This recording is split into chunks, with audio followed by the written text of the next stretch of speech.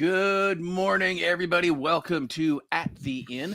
I'm Matt, here as always with Mike and Sebastian. This week we are at the Inn of Spheres and Gravity. We're going to be discussing albums that just didn't work for one reason or another. Basically, somebody dropped the ball.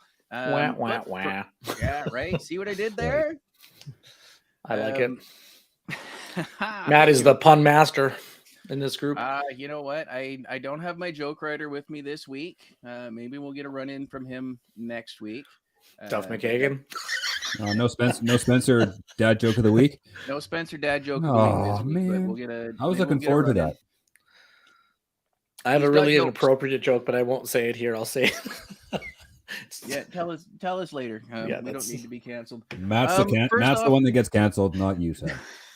That's true. Jeez. Anyways, I had a response to that, but we're just gonna move forward. A couple little quick bits and news.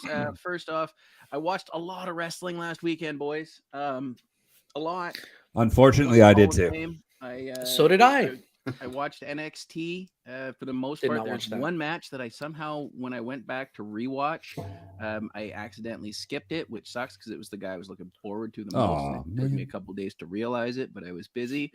NXT set the bar as always, even though I haven't been watching since they turned to 2.0 because it started to suck ass, but the athletes are doing their thing. Night one turned out a lot better than I had expected. There was some really good stuff going on. I was really jacked up for night two at the end of this. I mean, the big moment of the Usos finally losing the tag titles to Kevin Owens and Sami Zayn. One of the major indie promotions. They got famous in Pro Wrestling Guerrilla out in LA, so it was almost like a hometown welcome for them. That was great. And they're Rey both Canadian. Mysterio That's and cool. Dom, WWE had this set up as a highly emotionally charged match. I honestly thought they were going to give it to Dom. Just Ray's had his WrestleMania moments. They didn't. But the thing that pissed me right off is they turned it into a fucking cereal commercial. They had a piece of cinnamon toast crunch dancing Hell around yeah. the ring. They didn't even turn it into somebody underneath it that was going to interfere like they did with Jake Paul's dancing mascot. Oh, for the his prime crappy bottle? energy drink. Yeah. KSI. Whatever that is. That's his name, and KSI. They used His the business LS partner. Yeah. Duh. Well, he's now his flat business partner, Yeah. which almost came off well, but it was mistimed by just a hair because Logan looked down when he shouldn't have. Anyways, That was and then they used Logan the Paul's LED idea boards. too, apparently. Yeah. It was all his idea. He pitched it, and they're like, I didn't know they were going to go for it, but they did. Well, I don't threaten them with a good time. Yeah. Especially if they think that some jackass is going to take a whooping, they'll do it. Ask the boys from Jackass that we're not playing well with Umaga and got fucked up. He actually hit them for real. Yeah, he got mad at them because they were laughing, so he got mad and just wrecked them. Yeah. And then they in that Ray match they also used the LED guardrails as advertising like they do in the NHL games. It just makes everybody mental. I think they just fucked that up. I'm okay with that though, honestly. Like, I mean, product placement advertisement is just a thing in sports and sports entertainment. Like I know you're not in a match that serious. Wait till they get the ring. They'll have like a CGI advertisement on the middle part of the ring that they're fighting on. They've already, a couple years ago, they did something similar with that with Randy Orton and Bray Wyatt, where they projected like horror. That was images on the stupid. ring. It didn't work out well, but they got the boards, they got the or the guard walls, they got the LED ring posts, and I don't like it, but whatever. I'm kind of an old school fan these days. And then night two, a little bit short due to a couple of injuries. Shane McMahon blew his fucking quad out. Family tradition. That was freaking hilarious. Emotional comeback. Unlike his father, he only blew one quad out. But apparently Snoop Dogg just ad-libbed that whole thing. I thought it was a setup, and because I didn't think Snoop would have had it in him. But no, Snoop turned around, punched mid in the face, dropped the worst looking people's elbow of all time. Yeah, that was pretty nasty. But you know what? Credit for him for going, oh, this is fucked, and then finding a way to save the segment. Hell in a Cell did not live up to the potential I thought it had with. There's a Edge and reason for Balor. that, though. Yeah, there is, because Balor got split to the white meat. Yeah. He had Oh, really? Oh yeah. Yeah. They I'm not paused gonna the show it match. here. Yeah. Oh, no way. Yeah, no, it was a good 3 or 4 inch gash. Ooh. You have to get Opened up the medical lady part personnel on the out there top in the of his middle head.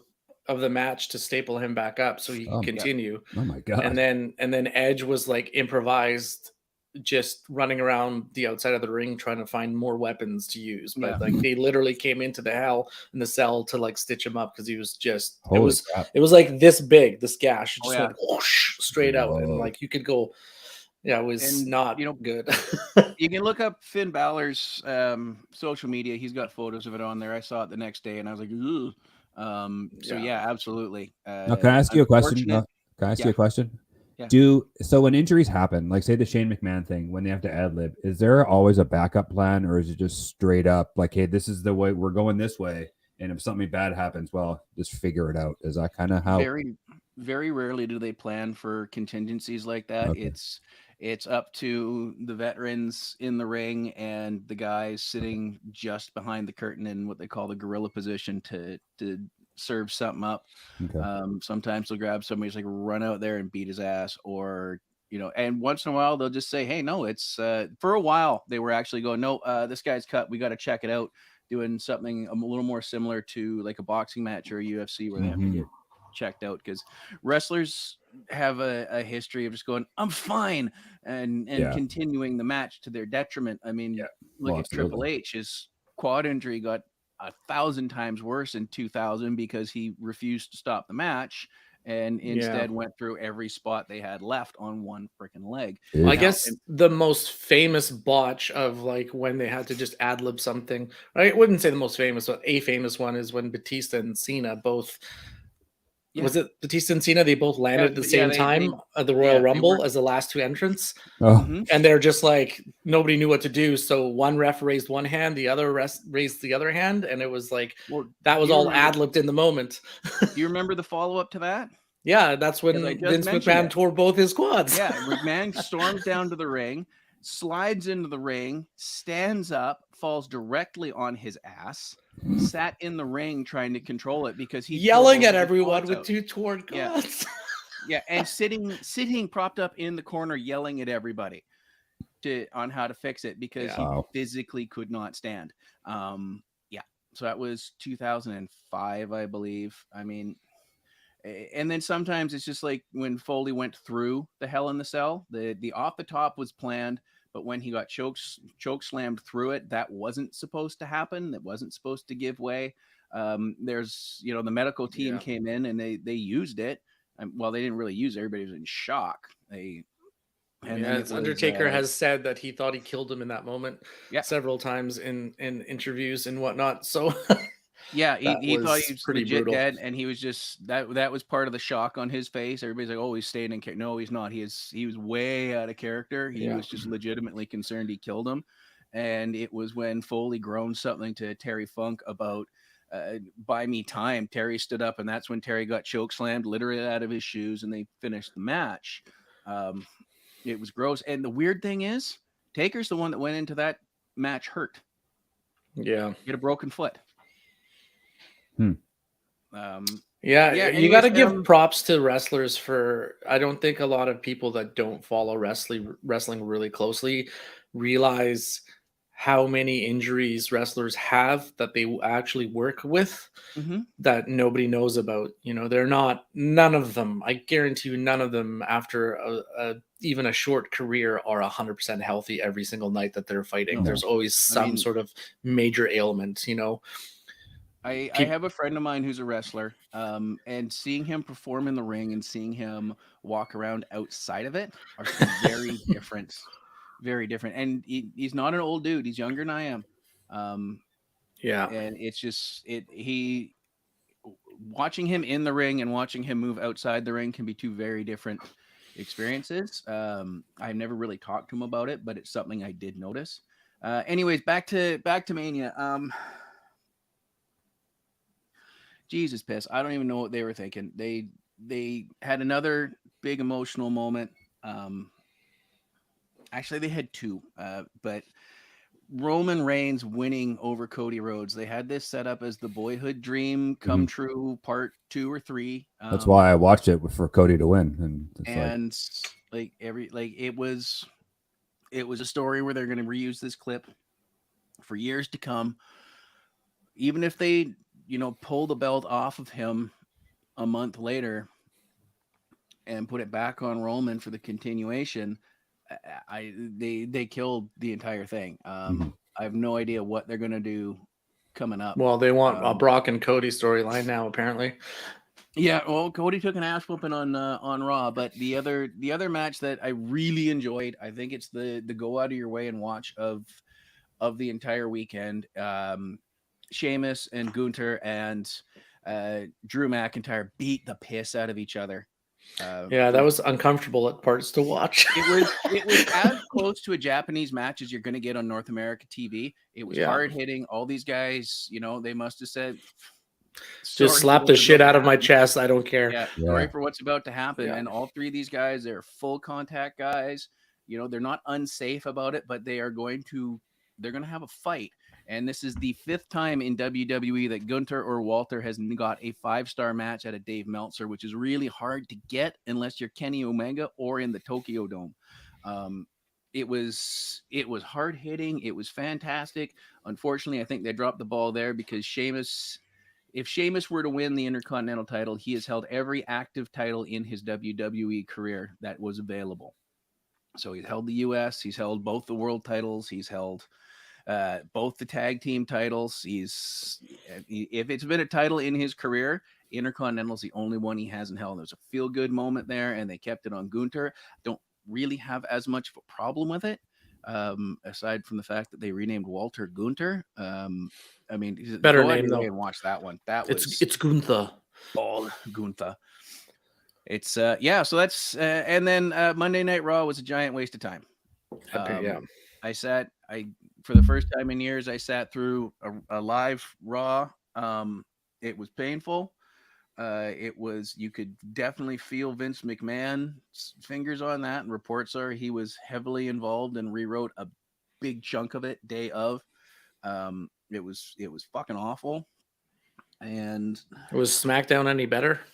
I don't know. I've only watched the first 3 minutes. I just started watching it before we started recording as I was setting up. But I was fucking out on watching SmackDown this week. The second I got done Raw, I don't know what was worse: not giving us at least part of a main event where Brock turns on Cody during or after, or Matt Riddle coming back. I'm not a Riddle fan. I don't like him. I like Riddle. He's changed the style of so he's using like those bikini brief shorts. It's too short. It's uncomfortable to watch him in those. Especially when he's wearing like a zip-up coat. You're like, what the hell, man? Put some pants Here's on. the thing. You can get away with that if you're wearing the rest of the gear. But Riddle doesn't wear boots. He just wears that. There's no knee pads. Yeah.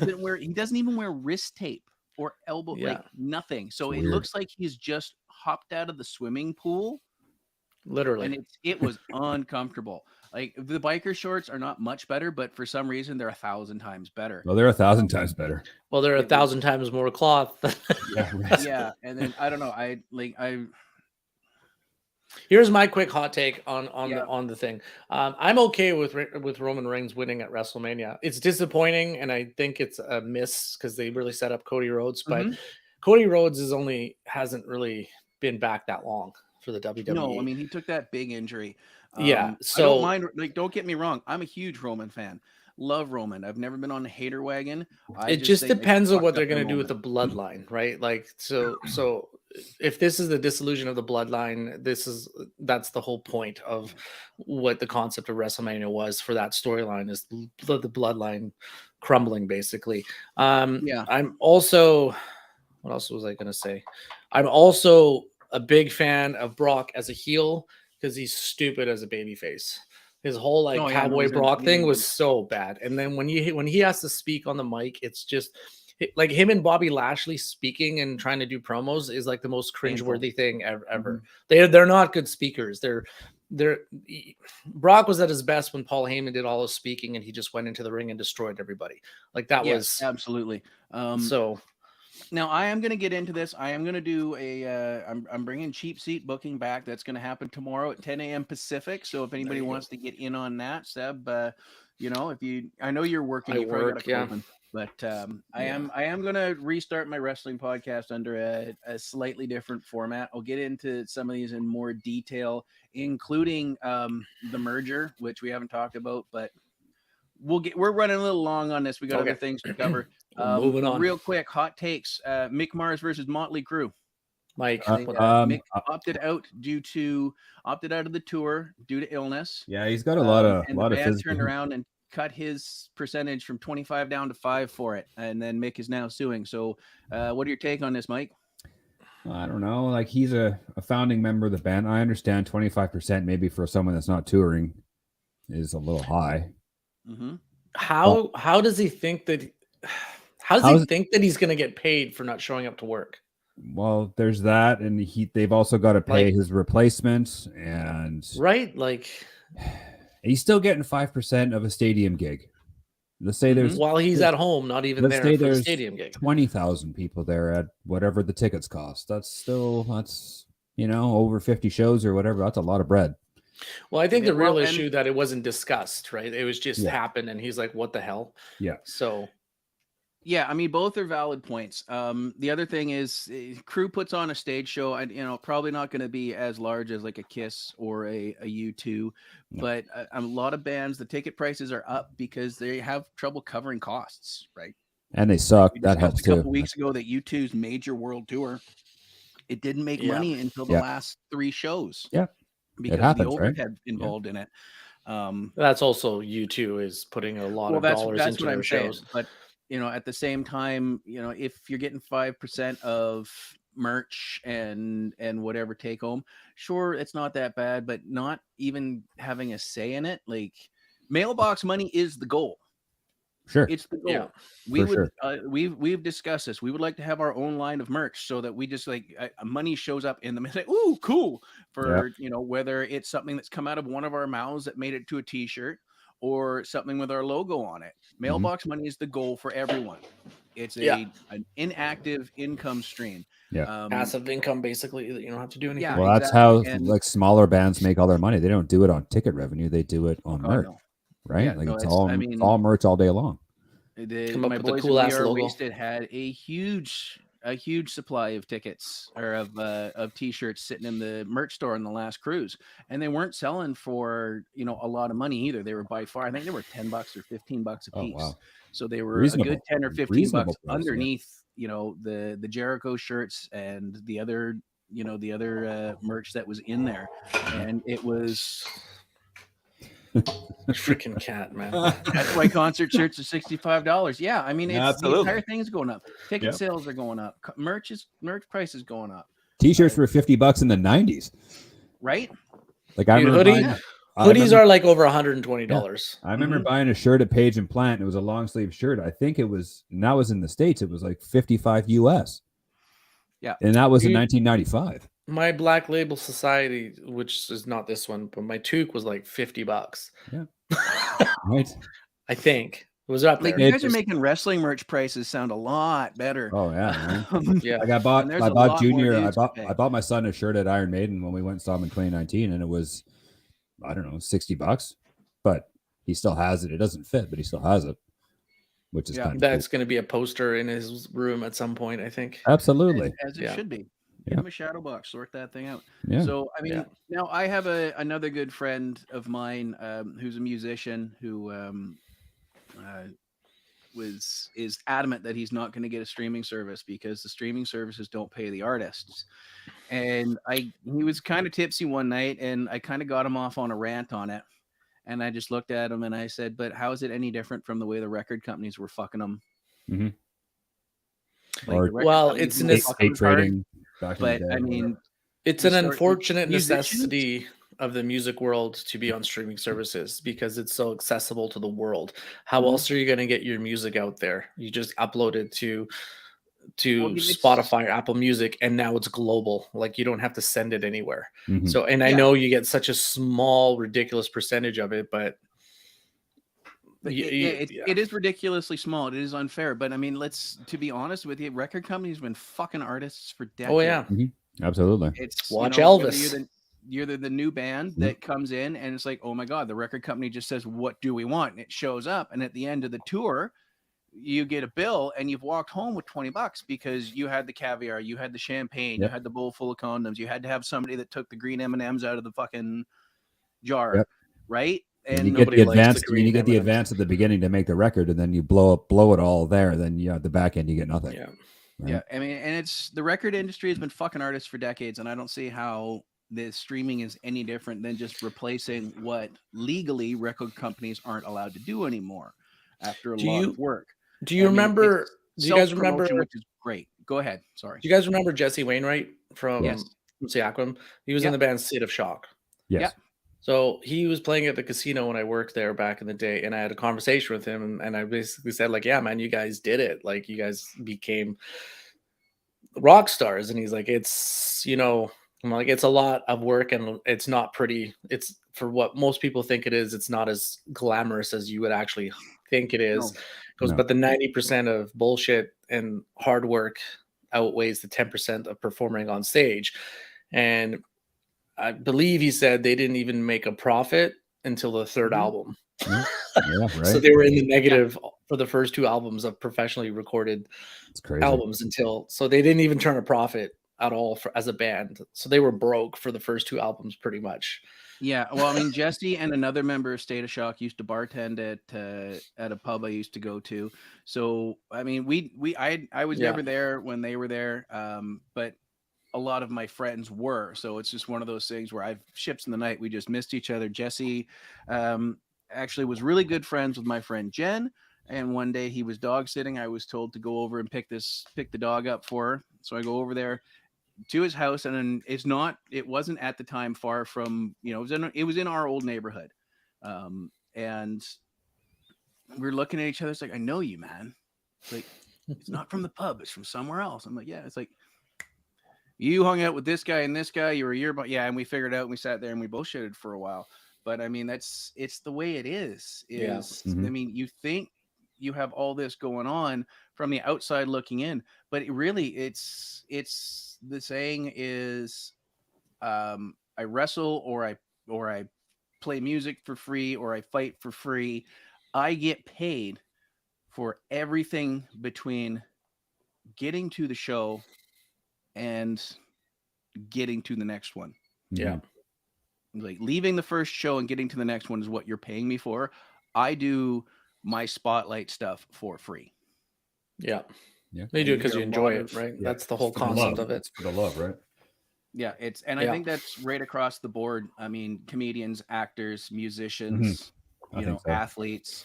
Most athletes will play hockey for free. It's the training is the work. Yep. The dealing with the bullshit is the work. The stress is not as great in the middle of the game as it is leading up to the game or in the off season, especially if you're trying to get a contract. Well, look at sports on the world setting. Most people don't get paid fractional for what they make in their club teams or professional teams, but yet the World Cup is the most important soccer thing for any soccer player growing up, and it's once every 4 years, and you're generally playing for free. The World Juniors, for example, is, well, I guess that's junior, so it doesn't really count, right? But a lot of the world stage events for sports are more important than their actual season. I mean, and I know the NCAA rules have relaxed so that they are allowed to actually pay some of these players now. I don't have the exact rules on it. Yeah. But I mean, it is like the World Juniors, just like junior hockey or any NCAA sport, you are working to get eyes on you to get that big money contract. You're playing for the rest of your career in that tournament. Absolutely. Yeah. Right. Like that's where a lot of the stress would come in there. But I mean, after that, once you've made that level, like you were saying, Seb, you take a pay cut for the World Cup. Yeah. Yeah. Right? I mean, you still make money, but it's such a marginal amount to compare to what you would make in your club team. You That's, you don't join the Olympic hockey team because they're paying you. You No, you're join the doing it to Olympic play for your hockey team country. Yeah. so you can hold that gold medal. Yeah. Yeah. Right? You will always be a gold medalist goalie, even if they boo you out of the city you're playing in, like Luongo. You will always Well, be. we never booed him out of this city, but It depends on how he was playing. He took a lot of heat, but that's a whole other thing. yeah. But you're playing for the prestige when you get to there. You're Mm-hmm. paying. You're right. Anyways, Yeah. we've gotten off into the weeds. We're 25 minutes deep. We have I got barely- one more thing Yeah, to go for say it. in the weeds. We got some breaking nerd news. Which Oh, yes. Yes, as of 27 minutes ago. Return of the Jedi for its 40th anniversary is coming back to the theater. Oh, Which see it's for the first time in 20, because it was released in the theaters 26 years ago, in the latest, sort of right before episode 1 came out. They did all 3, and then so now it's April 28th. I don't know if it says it states in the UK and other regions. I'm assuming Canada is going to be involved, and I'm assuming it's going to be in every single theater. I think I'm going to take my kids, and I think it's going to be cool. It'll be on in IMAX, I think. Hell yeah! Yeah. While we're on this, we may as well announce this. So, with May being May, we're going to start a series of podcasts in May. We're going to cover general Star Wars stuff on May the 6th, or Revenge of the 6th, as it is. And then every week after that, we're going to hit a different original trilogy film. We're going to go through Star Wars. I refuse to call it A New Hope. Then Empire Straight Back. A New Hope. 2 days after the 40th anniversary of the Jedi release, we will wrap it up with a Return of the Jedi show. Really looking forward to that. It's good times. Return of the Jedi was the second movie I saw in theaters. My dad took me and a friend of mine when visiting my grandmother in Victoria one year. One of the neighborhood kids that I was friends with during the summer, and I'd stay there, and we went and saw that, and it was badass. I mean, I was hooked so beforehand, but it was a seminal thing. It was the second movie I ever saw in the theater. He took me to see E.T. before that, but I mean, honestly, it was Jedi that hit hard. Sure. So yeah, I mean, and lots of Star Wars news coming out too. Tons. New TV shows, new movies. Yep. I saw the Ahsoka trailer the other day. Really looking forward to that. Yep. So join us in May. When we hit Star Wars all May long. All month long, yeah. Get excited, folks. Yeah. I guess we'll be hitting that Return of the Jedi on May long weekend too, eh? Yep. Beautiful. Yep. And of course, next week, as far as upcoming goes, we're going to be sitting down and going over 72 Seasons, the new Metallica album. Next week is an exciting episode for us. Yes. Yeah. If you guys heard a thumping just now, it's because that's exactly how excited Seb and Mike are. So lower your chairs, boys. Top of the desk, gonna get bruised. Easy. Anyways, let's get into it. Failed albums. Yes. I failed albums can be because of many things. Maybe the songwriting's not there. Maybe the playing's not there. Maybe the marketing's not there. Maybe it's a collaboration that just doesn't do well. Or maybe it's something else that went sideways. It's an experiment that went wrong. It's they're trying it with a new lineup that just didn't work. For there's a lot of reasons. So yeah. Okay. So I've talked a bunch now. So Mike, why don't you kick us off? You got an idea here for an album that just didn't work? I have an album. Like we all love Megadeth. We all love Dave Mustaine. Love him or hate him. He's a great guitar player. He can't really sing all very well, but the 90s they really turned it into, like, they slowed their sound down. They kind of got a little more refined, and sort of with Countdown, it's sort of they went that sort of Black Album kind of route. And then by the time the end of the decade came, I don't know what Dave was thinking. They put out the album Risk. And is that the one with Crush 'Em on it? Yes. I recently read something on that. He was thinking money. Oh, absolutely. He wanted Crush 'Em to be, because he was a big Phoenix Coyotes fan. He wanted to write a song they could play when their entrance theme, their entrance music, and you wanted an arena song for sports, basically. Absolutely. Yeah. Well, and that was another aspect of it. It was a period. It ended up in the movie Universal Soldier Resurrection or something like that. Sure. Something that came They out made in more late than one of those? 99. Okay, I didn't even know. Yes. Oh God, let's not. You know Right? what? There's a franchise we can get into. Okay. Anyways, but they had taken given Bill Goldberg from WCW at the height of his sort of wrestling popularity and dragged him into Universal Soldier because I mean, yeah, he's a tank. Sure. I mean, he was still in peak condition. He was a badass and he was out there destroying dudes on TV. And they also used that for his entrance song for a couple of months. And like I just recently was reading an article where Dave's like, we did it for the money and Yeah. I hate myself for it. So and going a little deeper into that record, I think their manager at the time somehow influenced Dave into giving him songwriting credits. Mm-hmm. And you don't let management write your songs or give you ideas for songs. No, I mean you could Yeah. see. Now it was more of a producer role, but you can see the pushback Metallica gave Bob Rock in The Black Some Album. Kind of Monster, Yeah. and well, even in the videos for Black Album, the year and a half in the life of but that was more of they didn't like anybody. Yeah. But no, And they did things their way. But Dave seems like impressionable and wants. I don't know, and the songs on that record are just so bad compared to. There's only one good song on the album. It's the Prince of Darkness. I think is the only good song. Yeah, that's the second track on there. Even Crush Him is like, like I understand what he was going for when he wrote the song. Yeah. It's just it's just meh, flat. And that was the last album Marty Friedman played on. Nick Menza, I think that's the last they both played on, and they both left. I can see why. There's a story with the song Breadline. I guess Marty wrote some solo. And then I think that producer guy said, no, that sucks, Dave, redo it without asking Marty. And so Dave redid it. And then Marty heard the final mix. He's like, what the fuck? Where's my solo, man? And then Marty's like, I'm out. This is stupid. And then, so that was kind of for me, like the end of like because between Countdown, Euthanasia, Cryptic Writings, no, some three. You want to go back further to Rust in Peace. I will do one worse for you, Mike, actually, Please. of a Megadeth album. Oh God. Anything after that? It would have been released in 2021.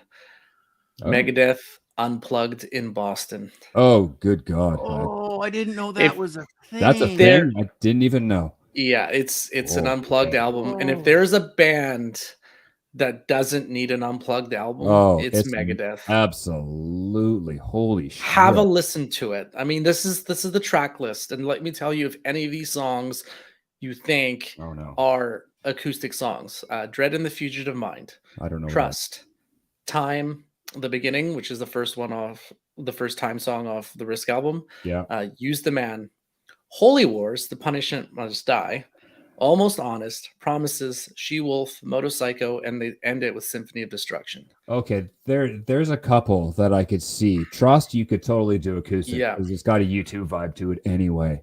Yeah. I urge you guys to listen to wow. Okay. Acoustic albums are supposed to highlight voice pretty much. Yes. Right? It is a sensual, passionate thing where you tone everything down and it's more about the song and the voice. Megadeth, Dave Mustaine is one of the worst singers. He's got a very distinct singing style, which works when they're thrash metal. It doesn't work when it's acoustic. It's just he needs to be under some heavy riff. Do you think it better if they would have tried it around like 94 when they put it Euthanasia when he was actually kind of singing, when he was learning kind of, because his vocals in Euthanasia were a lot better. He actually tried to sing for a change, and it works ish, like some of the songs are good. Yeah, I believe it's on Spotify. It was originally exclusively released to the fan club members. Okay. But it was released officially when was this done? This was done in 2001, actually. Oh. But it was released outside of the fan club like 2 years ago. Because I remember listening to it and I was not happy. Wow. You found the experience unpleasant. Yeah. Because shortly after Risk, Dave had an accident or something. He fell off his horse or something. When was Risk recorded? It was Dave had the year before. It was 2 years ago. 2 years before that was Risk, I think. Yeah, Risk was 99. I think we went and saw them on the Risk tour. Yeah, we did. Yeah, that was something else. Yeah, not a. Have a listen to it and tell me if you think it's a good album. Yeah, I'll listen to it after. Be Just cringing the whole time. I'm sure. looking this up. It's not good. Like Symphony, like that lick. How are you gonna do that acoustic? No, It just doesn't work. Don't. Unless you're strumming out chords, you don't. It's just it No, doesn't. it's it's very staccato-y, and it's not. I did not enjoy it. It was not a good time for me to listen to that. But yeah, What did you say the name of the album was again? Unplugged in Boston. And Mike or Matt, you're really crackling for some Yeah, reason. okay, that's not just me. You're cracking up. Your mic's crackling. It could be that I'm searching something up. That might be it. I don't know. Anyways, let's keep moving forward here. Oh, Jesus, yes, it is available on Spotify. Mike, what's wrong with his? I don't know. Well, we can barely hear you, man. You're super. Yeah. You are not in a good space there with your. No. Nope. Technical difficulties. Technical difficulties.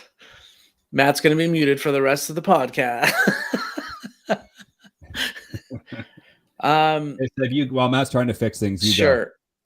Do we tackle this one? Yes, we do. As right now? Absolutely. Let's get into it. Metallica's Lulu album. Oh, Lulu is some hot garbage. Yeah. So if anyone doesn't know, Metallica collaborated with Lou Reed on an album called Lulu. It is so bad that most people don't even know the album exists. No. How do I sound now, boys? You're good. There you go. That's better. I'm good. It is a hot trash album. And for somebody that Jeff, we'll get into Saint Anger. Don't you worry about that. We watched very differing opinions on that record, but we'll get there. We're gonna get there. Yeah. Let's be honest here. We're talking failed albums, and no album failed harder than Lulu. Thank you so much for pulling this, because I had that on my list against another one, so I'll be able to talk about the other one. So, I was excited for Lulu. I'm like, hell yeah. Oh my God, it's fantastic. Like Lou Reed and Metallica, this could be just mind-blowing. Mm-hmm. And it was in the wrong direction. Yeah. The problem, like musically, it's fine.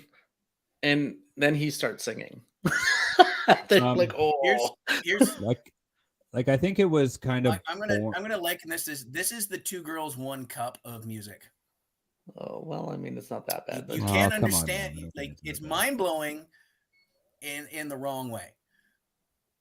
I've done some I remember it came out. I'm such a Metallica homer. I did buy it. I have the CD somewhere. Mm-hmm. I'm one of the 50 people worldwide that did buy it. I tried really hard to listen to the whole thing. I couldn't, which was shocking to me. But I will defend Metallica a little bit, because their process is very different than Lou's process. Lou's process is just get something down and it's good enough. So when they're jamming these songs, Metallica would go one pass of, let's say, The View, and Lou's like, cool, we got it. And they're like, no, we just wrote this 10 minutes ago. He's like, no, this is what we want. Okay. So musically, it's very sort of, it's the skeleton framework of, I don't even know who you call most of them songs, because Junior Dad is like 20 fucking minutes of just blah blah blah. Like, who cares? Yeah, that was an interesting track. I in doing the little bit of research I ended up being able to do for this. I did notice that there was the one song on there that was 27 minutes long. That's Junior Dad, and it's the same line over and over and over, and it's like, who thinks this is good?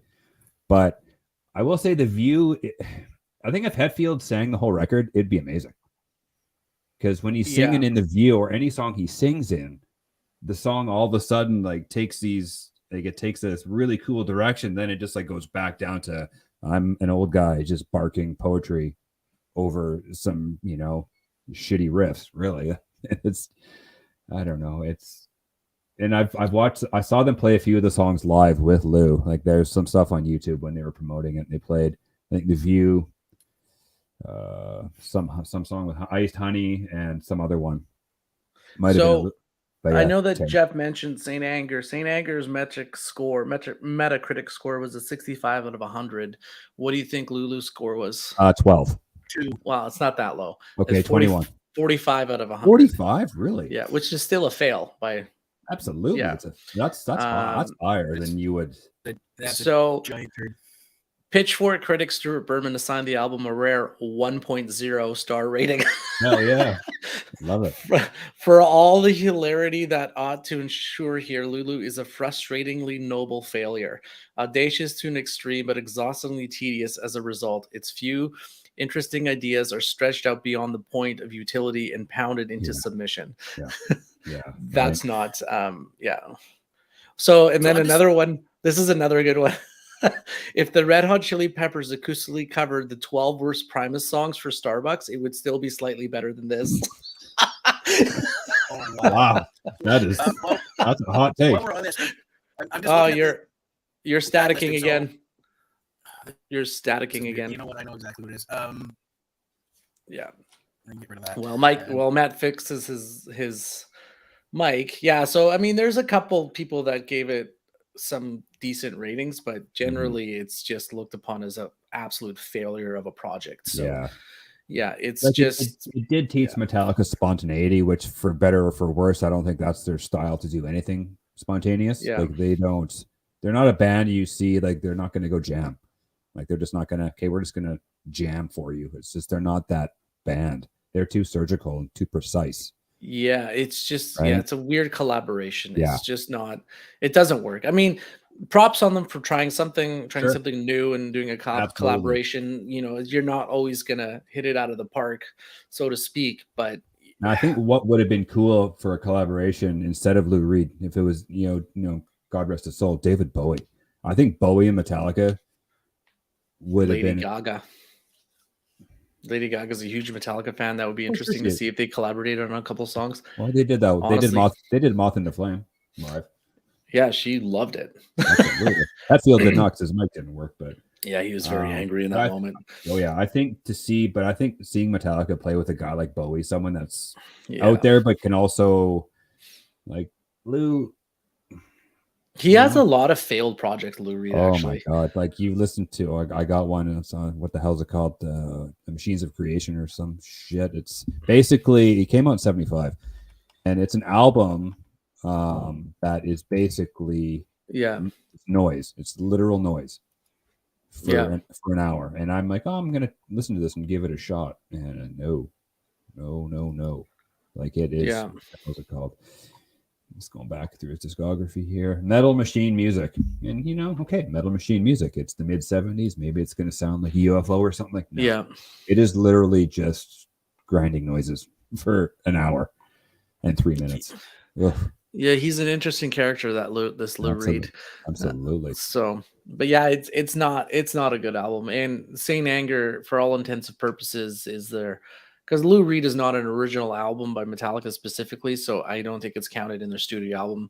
I hope not. Compilation. And Saint Anger is definitely the worst ranked album that they've put out. That's just Metallica.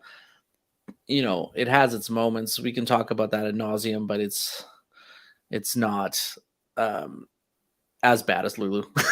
Yeah, I remember, Jeff. We saw them in '98 on the Reload tour doing. Yeah, they played. I think it was like Four Horsemen, Last Caress.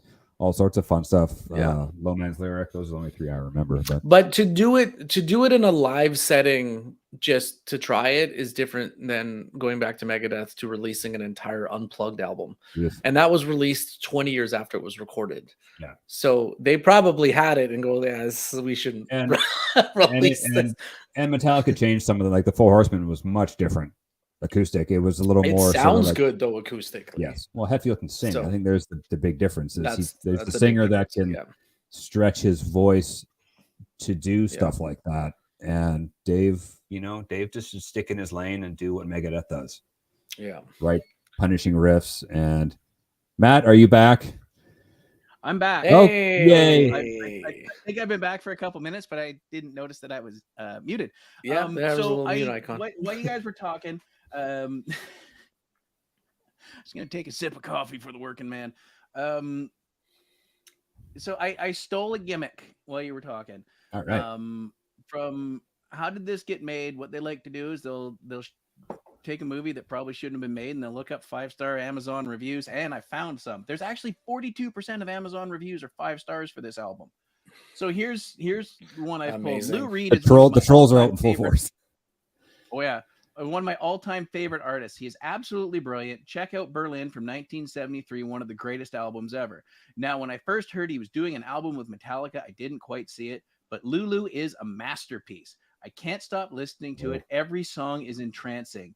Unfortunately for Metallica fans, they simply won't get it.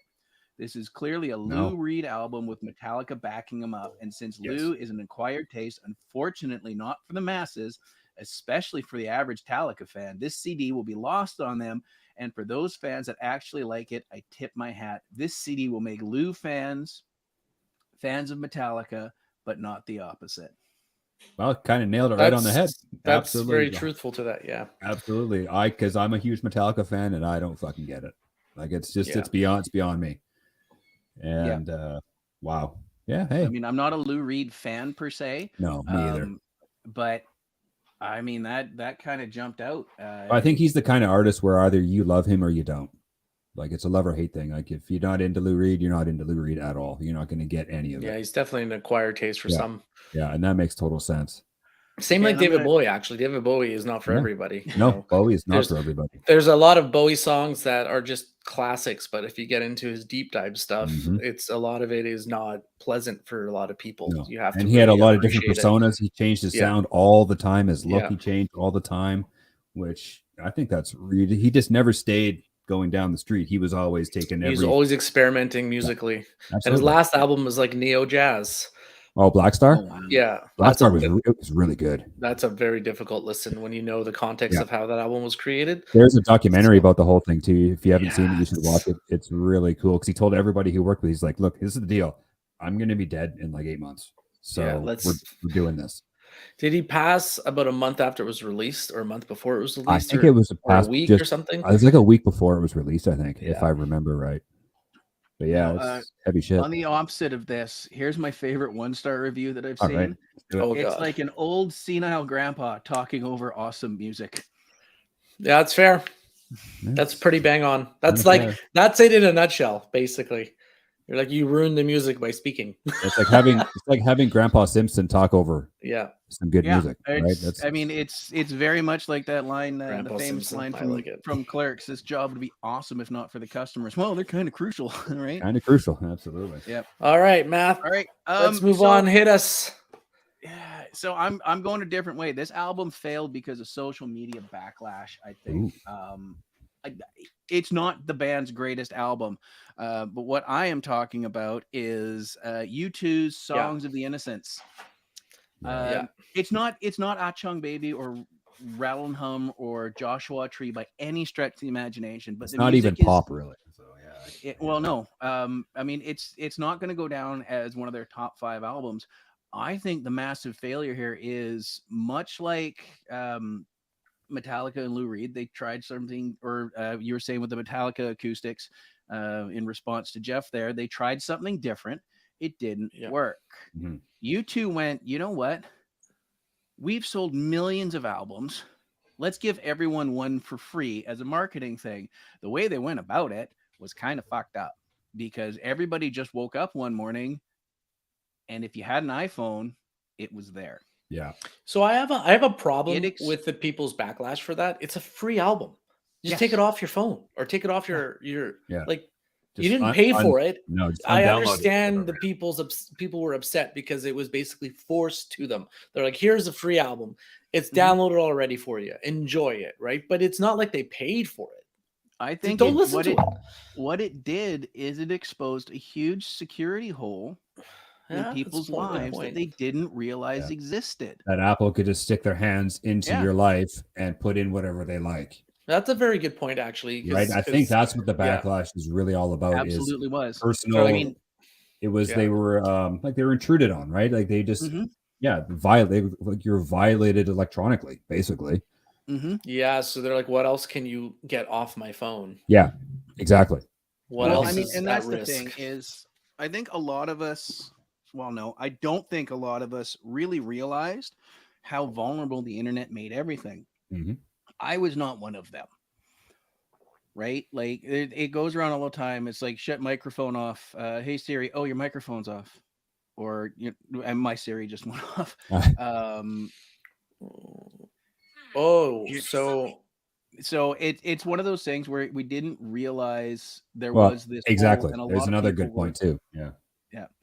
yeah, and take up your storage and charge you for more. Yeah, absolutely. I mean, it's And back then, iPhones had no storage, right? There was like you get 12 gigs if you're lucky, or whatever it was, and then I don't Yeah. know how truthful this is because I'm just looking at the wiki Uh-oh. for the Songs of Innocent, but apparently it wasn't a free album. So apparently Apple paid a lump sum to the band and Universal Music Group for a 5-week exclusivity window to distribute the album. So it was Apple could have paid Okay. either 52 million to exclusive rights to the album based on quality of downloads, or an upfront fee about 5 million excluding royalties. Oh, I thought U2 was just given like here's 100 million, and we're just going to put your record. So Apple agreed to marketing campaign for the album reportedly with around 100 million, which kicked okay. off with a television advertisement featuring the Miracle song, I guess. Mhm. So it wasn't free for you, like I guess this is all Apple's idea, apparently. Yeah. mhm. So And you know what? Fair enough. I mean, Yeah. I think the band took a lot of that backlash, though. Yes, Mhm. absolutely. Do you think the album would be a better rated album if they didn't really do this Apple free thing? Maybe a little bit. Like from what I haven't listened to it probably since it came out, I wasn't blown away by it. It was just an older band doing what they do. Yeah. It was just U2 being U2. It was nothing groundbreaking. I'm Yeah. gonna go cut that audio out and use it next week repeatedly. That's literally what they said in it. Timestamp that 51, like 51:45. Yeah, there's some reviews of the album saying it sounded as impersonal as ever. Okay. Flat Yeah. and strangely complacent. There's So- another review. Yeah, that's Here's that's- my question.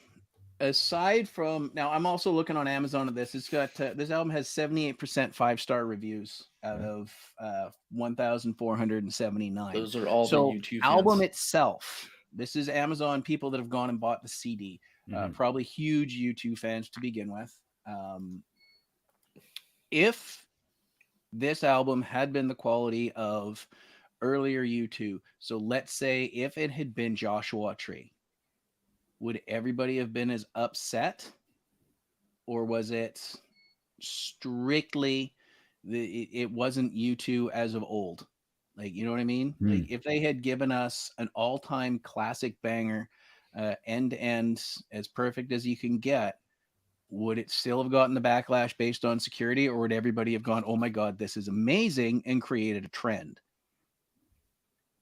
Do you think the Joshua Tree would be as revered if it was released today as it was in 87 or 80, whatever the hell it came out? Because that was like a time capsule, right? U2 is this ascending band. Mm-hmm. That's interesting. It's an interesting way to look at it because I don't think so. I think No, I part don't of the backlash made people hate the album more they just hated it. Yeah, they hated it for the because of invasion the of privacy. whole. Yeah, I You're think definitely gonna like it. there's so just like Saint Anger with the tin snare, people just hate it. Can't get over it. You can buy Can't that get over drum that. film for your music recording For now. Pro Tools. Yeah, I'm buying it. So I know we've talked about this before, but I really don't like the latest U2 album, the Songs of Surrender.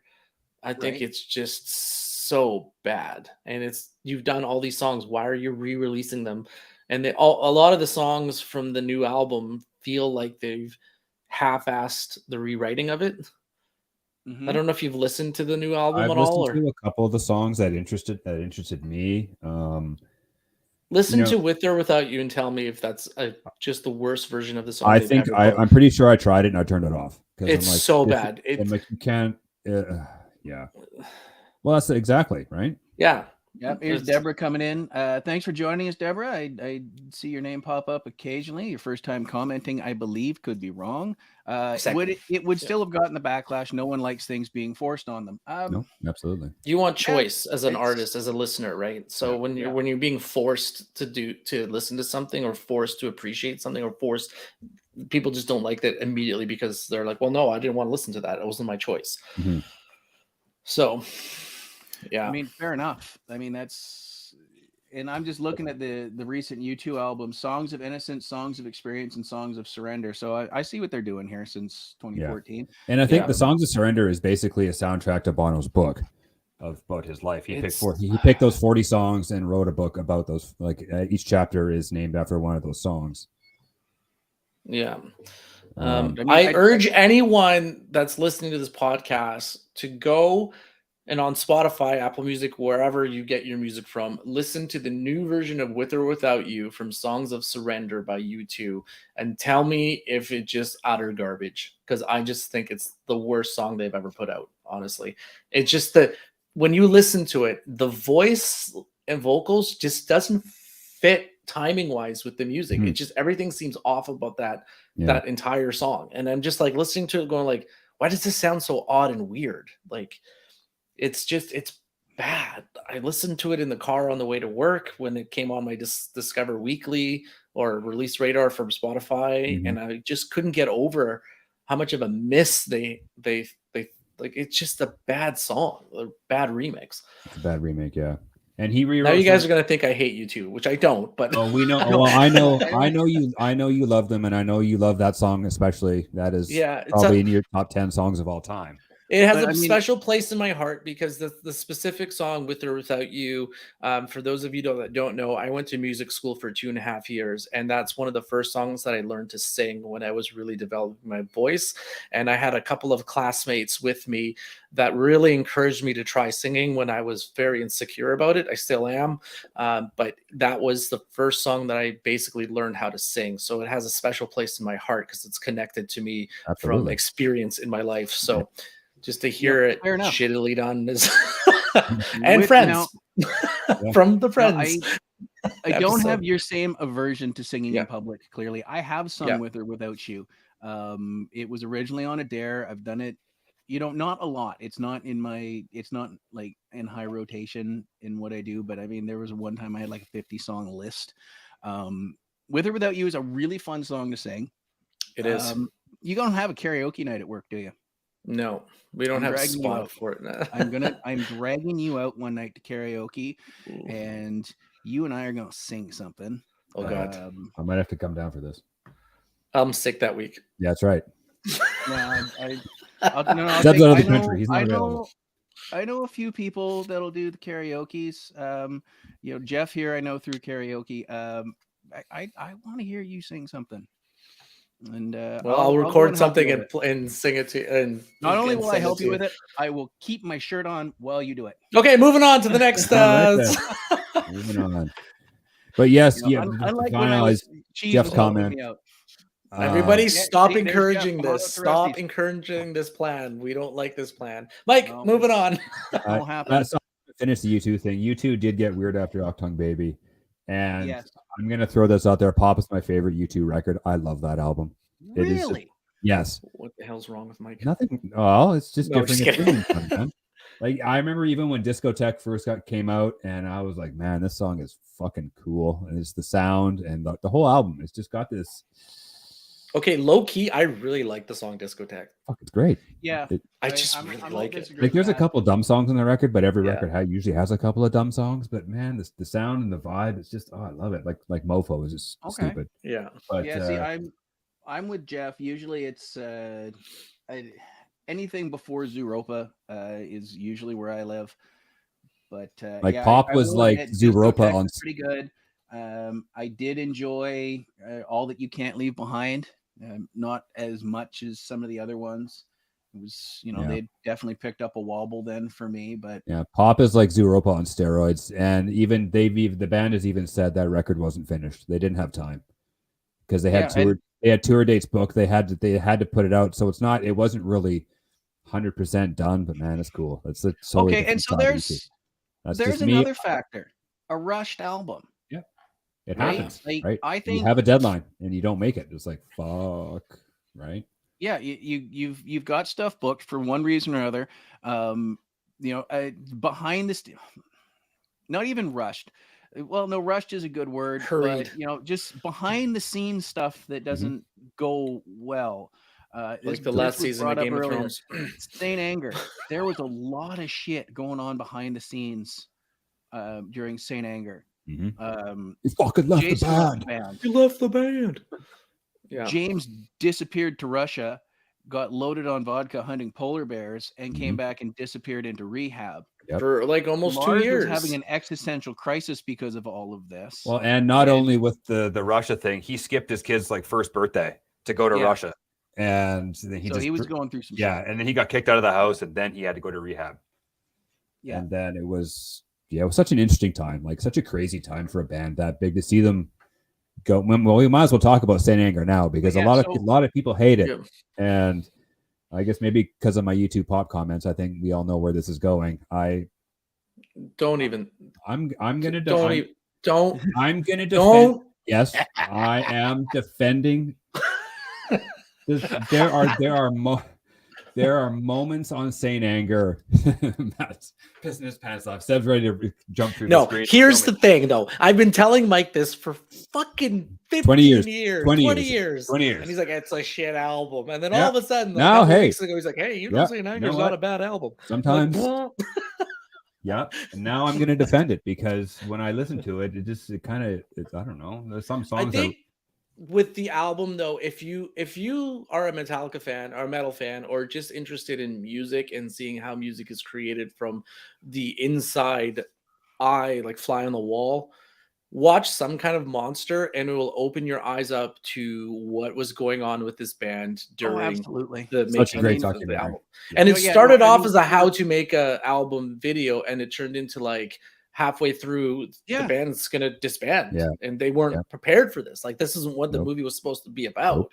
But then it's very candid and very real, super raw. And I think that's part of what, like, all that stuff, if you combine all that, like, I know the songs aren't good. Like, is it the best shit they've ever done? No, they're good. But here's the problem with the album. And this is what I've been preaching. Like, there is so many nuggets of brilliant songwriting on the album, but in one word, it's unfinished. Yeah. Yes. The whole album feels unfinished. It's like they needed to spend a couple of more weeks with each song to really flush out different parts, solo work. There's no solo work either, which is completely bizarre for a metal album. Because instead of while they were trying the new metal thing, they were, like, that's what the vision was. We're going to make an album like a System of a Down kind of. But it doesn't make sense with who you have in the band, because Kirk Hammett at the time was touted as one of the greatest lead guitarists of all time for metal bands. Yes. I don't think he is, but around the making of the album, like from the mid 90s, early 90s to mid 2000s, Kirk Hammett was, when you thought of lead guitar in a metal band, it's Kirk Hammett. And to basically say there's no lead work on the album, it's like, what do you mean? Like, how can you? So Yeah. So when I say I defend it, I defend the energy of the record because it is raw and it's in your face. And Lars gets a lot of shit for being a bad drummer. And if you put on My World and listen to the drums. Worst song on the album. I like My World. No, Purify is probably the worst song on the record. My World, there's some moments in My World where the drums, it's insane. Like, what he's doing is insane. For a guy they're like, what, how old were they? Like 40, pushing 40 at the time. They got nothing to prove. And he's out there playing his ass off. So, okay, I'll say this about Lars's drumming. He's a gifted drummer. He's a great drummer. The problem that a lot of people call him out is that he's a very sloppy drummer. Sure. He's not what you would think as the prototypical metal drummer, where he's not Dave Lombardo.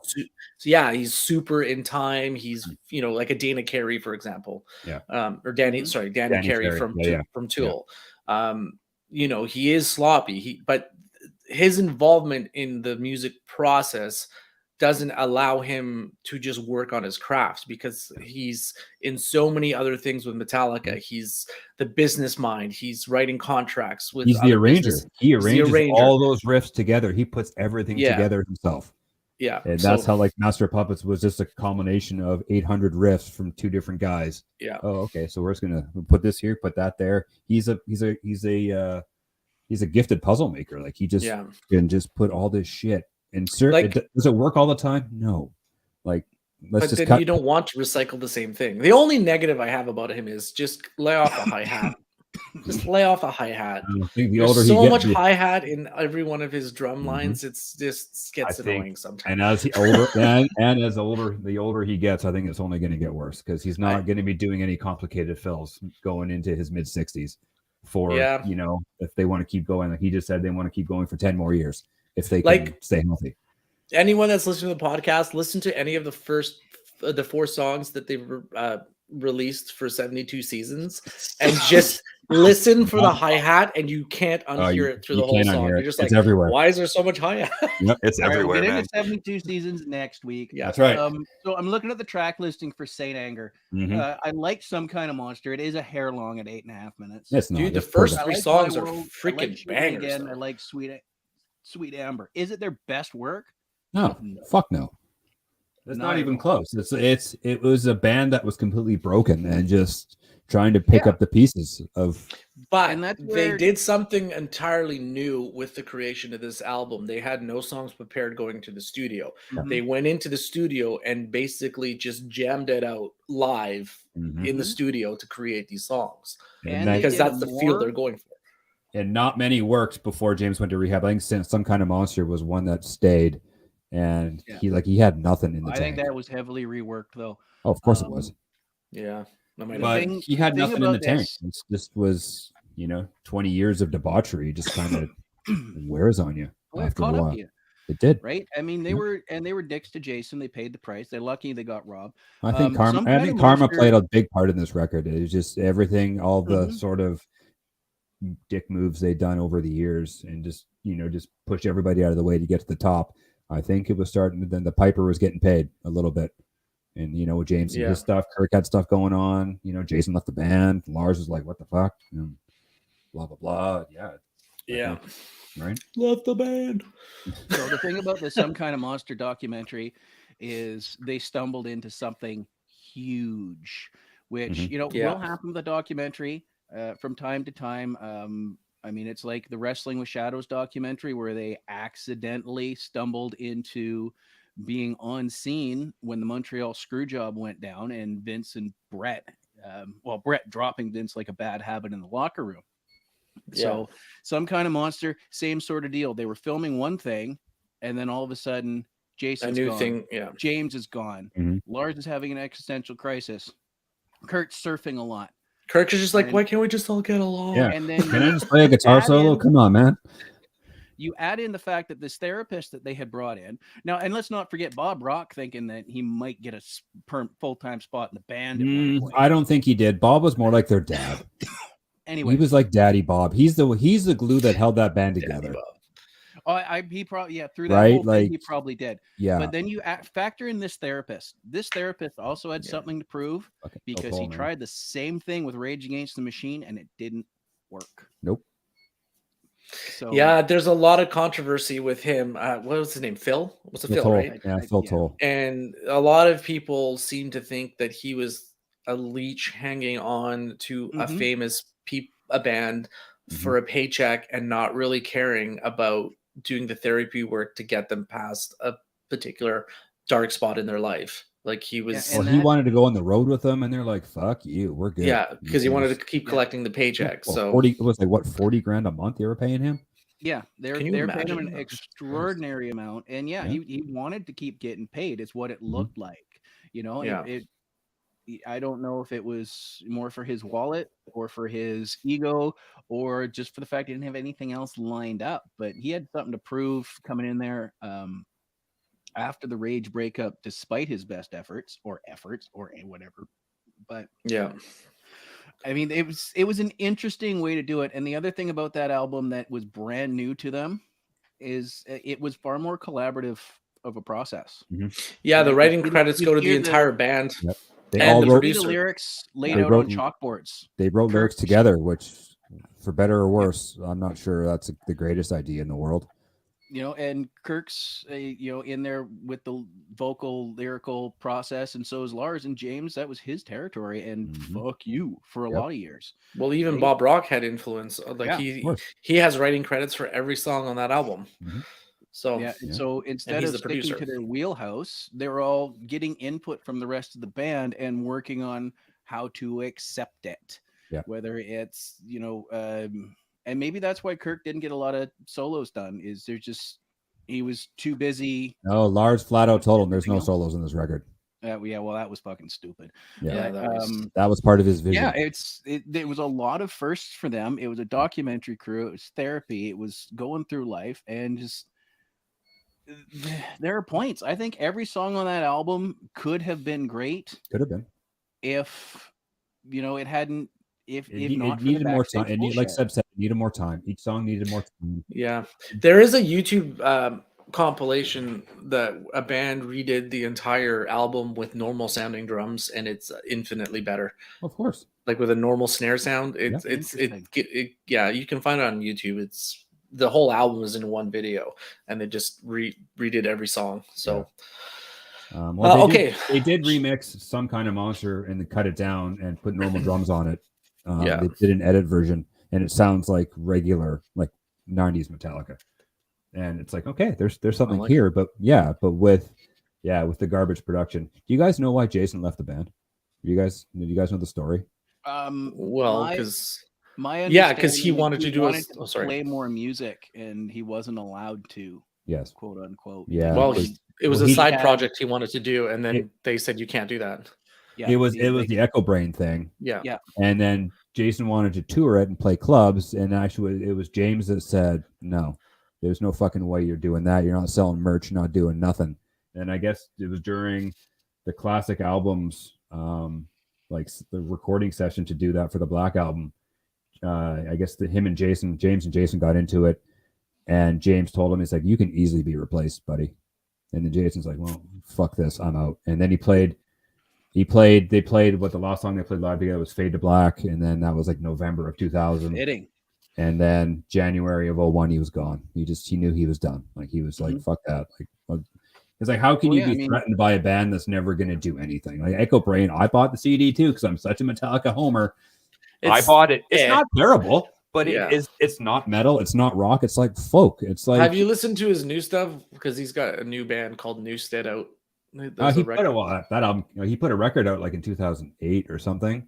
Or I think that's the last record he's put out. It's really good. I like it. It's good. And he's going back to metal. He's going to put another metal record out. I think hopefully in a couple of years.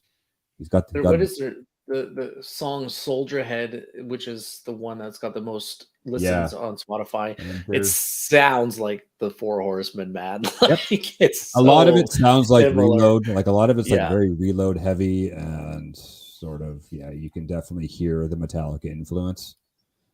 But I don't know. I love Jason Newsted, and I believe in Some Kind of Monster. Jason is quoted as saying, these guys they're older than me, they all have families, they all have kids. I don't. All I have is music, so when they're at home playing with their kids and being with their wives, I'm sitting here in the studio creating. And I 100% back Jason. James pulled his punk card, and Jason went, fuck you.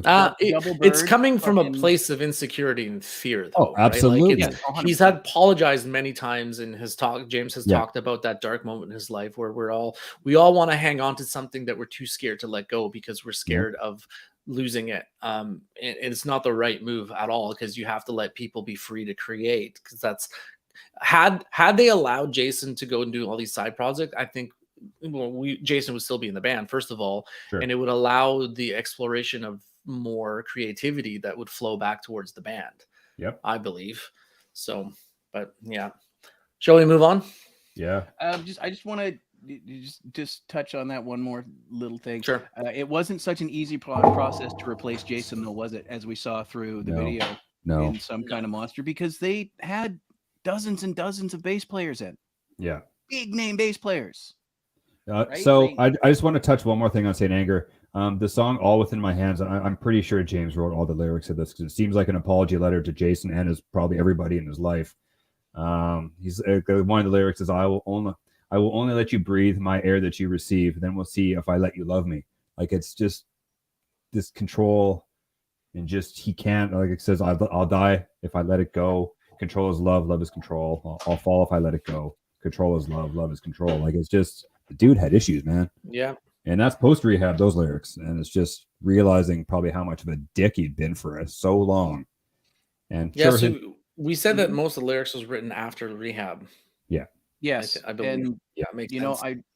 in a weird twist, it was sort of Lars that picked up the initial that's where his existential crisis came from of, what James feared is Lars was the first one to hit it. He's like, well, I'm sitting in the back of the club and Jason's up there on stage playing music and I don't even know if I have a band to play in anymore.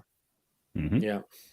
And that hit Lars before it hit James because James is already in rehab. Yeah. All right. But as Seb said, let's, do either one of you have another album? I do. Yes. Okay. Uh-oh. Let's talk about Glenn Danzig. Oh, no. And his which one?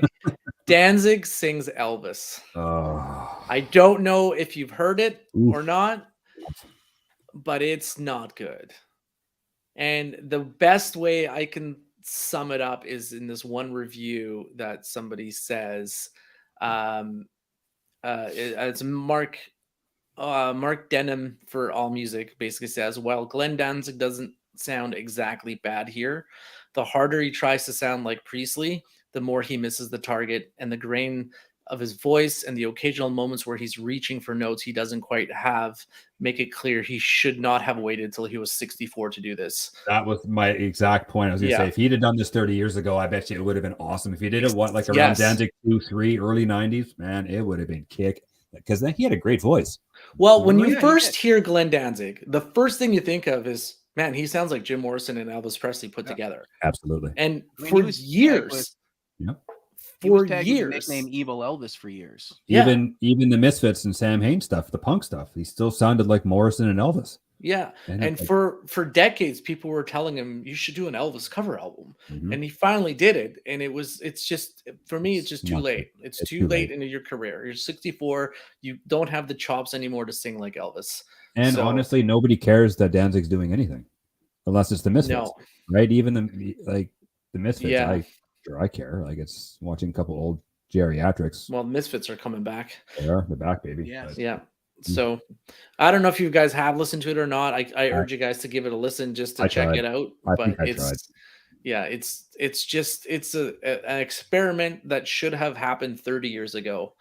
That's the best way to put it. Yeah. Well, yeah. And I think a lot of these artists, I think it's the same thing with this U2, like the whole U2 talk we just had. If they'd have done this 30 years ago and did a little introspective reworking of some stuff around that sort of early to mid 90s period, if they do it then, okay, they still all got their faculties together, the whole, because like I'm not going to harp on U2, but Larry Mullen wasn't really involved in this at all. Adam Clayton was off. It's just Bono and the Edge, basically for this whole all 40 songs, and that's not U2, that's Bono and the Edge. They should have if they would have called it Bono and the Edge, the Songs of Surrender, would that be easier to swallow than saying it's U2? Nothing can save you from the atrocity of With or Without You on that album. It's just a bad song. Yeah. Fair enough. It's off. Yeah. So I'm looking at the Amazon again. Out of 39 global reviews, 79% are 5-star. For the Elvis album? For the Elvis album. I don't understand it. I don't. Those are all Glenn Danzig purists, though, I guarantee you. Well, here's the thing. A 4-star review has popped out at me. This album should have been made 20 years ago when Glenn still had a voice for it. There you go. What you guys have been saying. Yeah. Right. I guess. Yeah. These are obviously things that people have invested in the artist and gone out and bought. I think we've all had that moment. Yeah. Where we're excited about an album, and we go get it, and it ain't there. When I think too, if he would have done it during the Danzig first 4 album heyday, there was still some mystique about him. He was still he He was like, he was evil Elvis back then. It would have been Mhm. perfect to do it then. So Deborah said that there's something to be said for waiting until you don't have to care anymore. And I was going to touch upon that actually. And I don't think he was in the mindset to try something like that when he was in his early Glenn Danzig No, days, no. because that's not. He's trying to make a name for himself, and it's Yeah. too Mhm. It's it's not too evil enough. mainstream to go that way. And he was the dark evil Elvis that wrote Mhm. metal music, then industrial Mhm. music. So Mhm. that wasn't a reality for him, Yeah.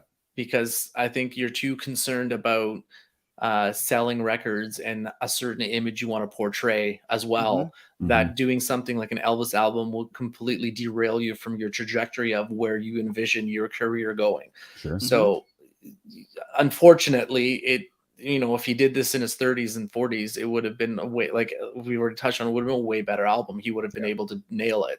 So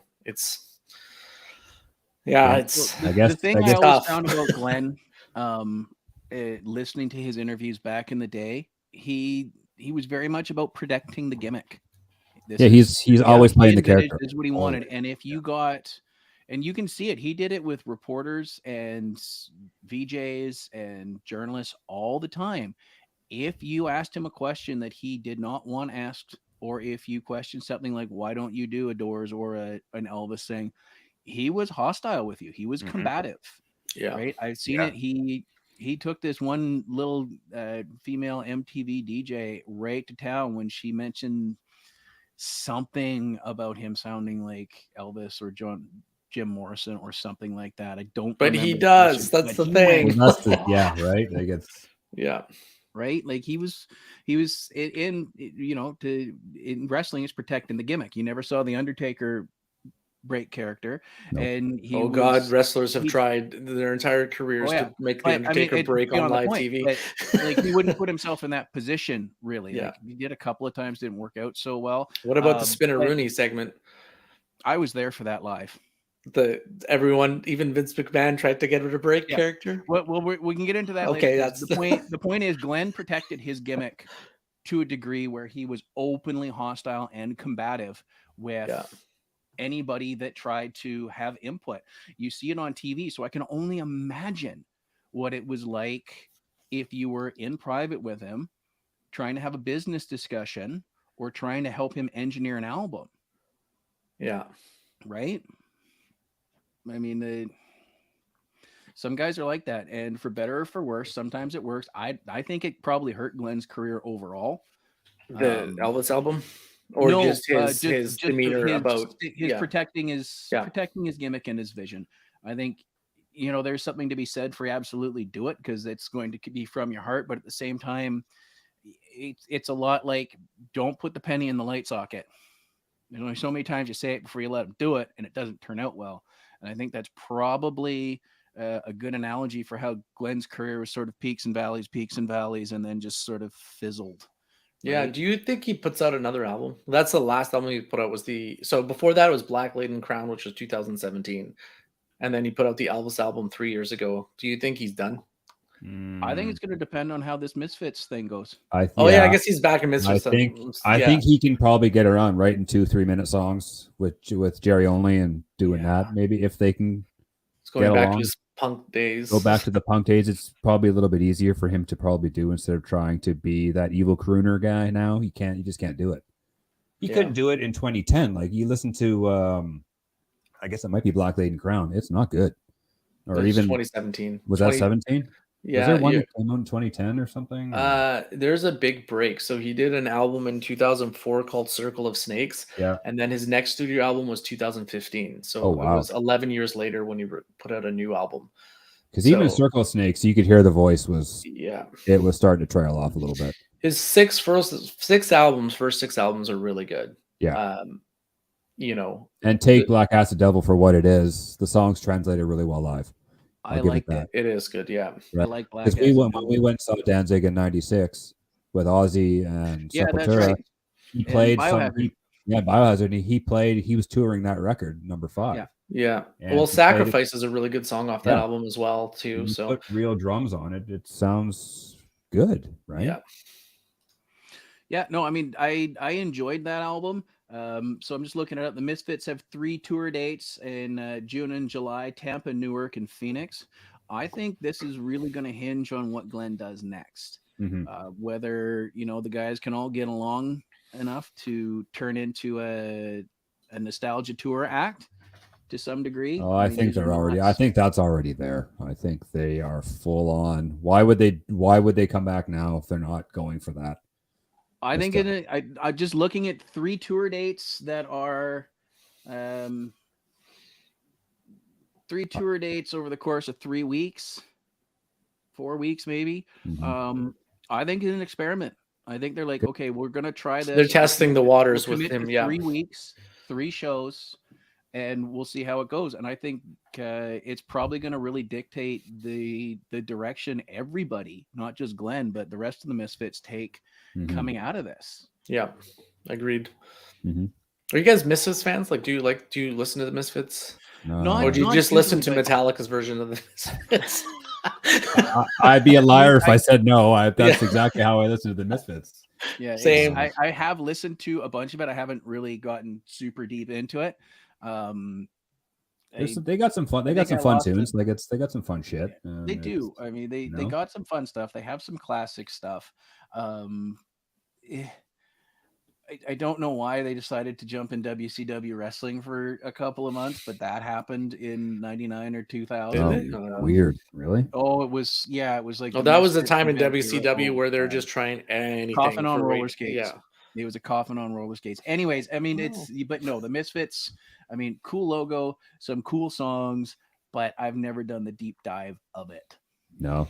London Dungeon's a cool song, but I only know that because Metallica covered it live back in the late 80s. So that's Last Caress. Last Caress is Green Hell. Green Hell's fucking awesome. Yeah.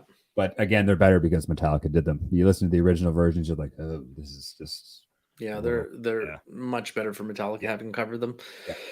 Yeah, Matt, do you got another album or where are we at here? I think because you kind of hit the 2 I got, and we're about to our 90-minute mark, so I think we're probably good on this. Yeah, I agree. A lot of albums that I had thought of they ended up just being one-hit wonder bands that probably didn't have another one in them to begin with. What about the Spaghetti Incident? So for me, it's an outlier because it's a cover album. Sure. So I think the better question is Chinese Democracy as a failed album. Well, there's no question that's a failed album. But okay, they've only put out 4. Guns N' Roses only put out 4 legitimate studio length albums. Yeah, Appetite, The Illusions, and Chinese Democracy. So you look at the first 3, and they were home run grand slam albums. Absolutely. They're all great. Then you have a 15-year wait, and the amount of hope and attention that was on this album was probably one of the biggest what's the word I'm looking for? There's so much anticipation. And then it was just like, okay, it's out. Great. There's like 2 good songs on the album. Yep. And you really understand why the album sucked so bad is because you have the entire other half of the writing team not involved in the song. Yeah. Or in any of the creation of the album. Any of it. Yeah. So Chinese Democracy wasn't really a Guns N' Roses album. It was an Axl Rose solo Rose album. Yeah. Yeah, but he owns He had threatened to release it several times. I mean, I think people were expecting this as early as 2002 at one point, which I think it was expected in the late 90s, like 98. That was the original, like, okay, we're going to put out 98 and this is it. Because he put out that song on that Schwarzenegger movie. Oh God, what's that song called? Madagascar? No. It's not even on the record. It was something else. I'm sorry. The song is called Madagascar. Or the movie is called Madagascar. And all I can think of is very different things. Yeah, all I can think of is the zoo animals. Well, no. So Madagascar was the first song they released many years before the album was even finished, and it's a good song. So you hear Madagascar, you're like, okay, I get it. It's like the next November Rain or the next ballady type song, and you're like, I get it. Okay, they're going down on this trajectory. I really like the song. I'm excited for Chinese Democracy. Problem is, you didn't have any guitar chops really to back up. And what is Guns N' Roses known for is that the guitar licks, right? Like he had Buckethead and also other virtuoso guys on it. Yeah. if you take Slash's guitar or Axl's vocals out of it, it doesn't matter who else you have. It's not going to be Guns N' Roses. It's not going Yeah. to sound the same. And that's all due respect to Duff. And it's all due respect to anybody else that's been in the band. But the sound is Slash's guitar work and Axl's vocals. Did you know that Zach Oh, Wilde? the song was called "Oh My God." Oh yeah, I know that song. Yeah. Yeah. Oh, that Horrible. was Last Action Hero, wasn't it? No, that was after. No, that wasn't Last Action Hero. No? This was in '99. Okay. The Yeah. soundtrack for The End of Days with Schwarzenegger. Oh, that's right. Yeah. Underrated Schwarzenegger film, but I think we'll get I'd into have to that at watch some it point again. down the It's been a road. Did long you know time. that Zach Wilde auditioned for Axl in like '96 after Slash left the band? Because I think he went because was it when we saw him play that acoustic show? He talked about it. He said he went and did some recording with Guns N' Roses for something. I think it was to help them. Really? Yeah, I think don't so. remember that, but yeah. For some reason I got that in my head. But how cool would that have been if he had kept Slash in the band and have Zach Wilde with him? That'd have been pretty neat. Oh my God. There'd be so much pinch harmonics, it would be insane. Yeah. It'd be very everything would be a pinch harmonic. Yeah, Yeah. absolutely. Okay. Yeah, failed album. Oh my God. Yeah, I have to listen to Oh My God if I can find it. Because it's not from what I remember, it's not good. Like it is just I haven't listened to Chinese Democracy in a long time. I should give it another listen. Oof. Okay, well, you let me know how it goes because I'm good. I'm gonna leave that one to you. I'll go listen to the Misfits while you do that. But there you go. There you go. Yeah. All right. So that's been the end of Spears and Gravity, where for whatever reason, albums that just did not go over well. I want to thank everybody that joined us live, especially Jeff and Deborah for commenting so much. Thanks. Absolutely. Very Thank much. you. Enjoyed that. And at the end mascot, my cat Nyla, who's with us every time we record. Yeah, just hanging out behind, making sure Seb's neck is properly cushioned. That's right. I want to thank you two personally because I was struggling. The band or us? No, you two. you like me and Seb or you two the band? Come on, man. Yeah. I want to thank Seb and Mike personally. Okay. I struggled all week between bringing up Lulu or bringing up Saint Anger, and I knew what was going to happen. Mm-hmm. And when it finally got brought up, it was worth every second. Well, I'm glad we did disappoint. We're unable to see me live. Go check out the YouTube clip as I am crying, laughing in the background. I've had to push. It distracted me from really realizing what I wanted to say, but it was pretty funny to see you pissing your pants laughing too. It was everything I had hoped it would be, and I hope one day that both of you get to see me squared off against the other one and have the exact same sort of reaction. Well, I also think maybe next week might be going in the same lines too. I think there's going to be some differing opinions of what we hear come Thursday, Friday when the album drops. Absolutely. What's happening next week? Well, nothing. Nothing. We're gonna stop. The greatest album of the millennium. Here, put that clip out too. It's gonna be better than. It's going to be better than Death Magnetic. It's going to be. I want to thank Tony Schiavone for joining us. It's the greatest night in the history of our great sport. Yeah, no. I'm nervous and excited for next week, honestly. I was really scared, but I think now with all the reading I've done and all the reviews I've been reading about the record, I am super excited. And there's sounds like there's some COC vibes going on with the record. I'm kind of torn whether I should wait till I get the CD version and listen to it on the CD version or listen to it in the morning before work on Spotify. Okay, so real quick as we wrap up, Mike, your expectations, you're excited. You've been doing lots of research. Seb, how are you feeling about it? I am a little worried about the 4 songs we've heard because they're all, my trepidation is that it's just going to be a generic album that's all going to sound the same. And I demand diversity and from my artist at this point. In my musical journey of what I like, I don't want to listen to an album of all the same stuff, which I fear is the trajectory we're going at. But I am so excited for this last song because the word on the street is it's one of the best songs they've ever written. Yeah. Okay. So my expectations are high. Okay. So you got high expectations. Yeah. Mike is really amped up. I'm going the other way. I stopped. Honestly, Mike, you've sent some stuff over. Articles and whatnot. I haven't I haven't read them because I'm taking the approach that I take with a lot of movies I want to see, where I no longer watch more than one trailer. I no longer, get deep into what's going on behind the scenes. I don't want to get. I think it's a good way to get let down. I'm going in based on the 4 songs that we've already heard. One of which I thought was cool. 2 of which I thought were a big miss, and 1 foul tip. Yeah. Okay. So I'm calling a 1.5 out of 4, but I'm coming in with very little education. I'm coming in with very little expectations. So it can really only go up for me. And for it to go down would be a problem. I mean, yes, I do get worried about song releases Yeah. when it comes to a band like Metallica, Yeah, because I just absolutely. don't want that to comes not with like your it. fandom, right? I mean, that comes with your fandom. Yeah.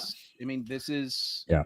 it's no different than, your favorite sports team signing somebody big name. It's no Yeah. different than your favorite author bringing out a new book, or your favorite actor dropping a new movie. Yep. Or, me going, I definitely need to see this matchup. Yeah. I'm into it. Well, you're right? And passionate about that art form, right? So, Exactly. when you're putting your effort and passion and you're sharing in it, and it's been such a big, Metallica has been such a big part of, well, Mike and I's life more so than yours, but still a big part of our lives. And it defined our teenage and young adult era. Absolutely. You just want them to do well. Yes, You just, and that and on that note, as we sign off from the Inn of Spheres and Gravity, we will have our first guest next week. It is the what I would Exciting. refer to as the 3rd member of the Metallica superfan trio from back in our high school days. Right. So we will have another super fan joining us. He is one of the ones that went out and got tickets for the Metallica concert when they were Only released. one out of the 4 of us that did. That's right. something to be So said about that. join us for our first guest. We're going to be talking 72 seasons. Have a listen to it beforehand if you want, before we get you either hyped up or disappointed in advance. Mike's going to go see the movie. Yeah, I'm gonna go see it in the theater with my son, and actually, I think for me, that's one of the high points for me. Actually, Right. being able to share an experience like this, because these albums don't come out every day. The last one came out, he was 7, and now he's 14, and he's got his own opinions about music. He likes Metallica, but for me to share this with him is really going to be awesome, and I think that might sort of put some change my opinion of the record, because I am driving that hype train, whether it goes off a cliff or it just goes to the next station and it's amazing. I'm driving that thing, and I'm going to go over the cliff with it. I'm there till the end. So, all right, well, there you've heard it from Thelma. So for Louise and myself, I'm the Brad Pitt, right? No. Yeah, You're the sorry, car. Bill, I got You're the hair. I'm 7 abs short, but I got the hair. There you got go. the hair, absolutely. So for all of us here at the end, thank you for joining us. Remember, like and subscribe on YouTube, Apple Podcasts, and Spotify. Like our Facebook page. Join us next week for 72 seasons, and we'll let you know what's coming up. But all May long, we're gonna get into the Space Wizards, baby. Oh yeah. Star Wars extravaganza. Yep. Good afternoon. Good day and how do. See you later.